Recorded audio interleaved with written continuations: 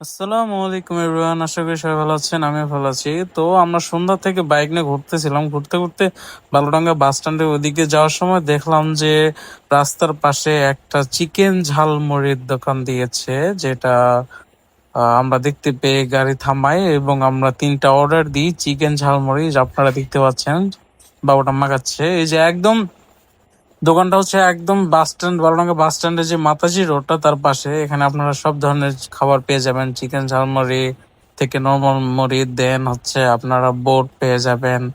তারপর হচ্ছে leg piece, chicken leg piece এখানে পাওয়া যাচ্ছে। খাবারটা এত সুস্বাদু ছিল যে কি বলবো, অনেক বেশি ভালো লাগছে আমার কাছে পার্সোনালি।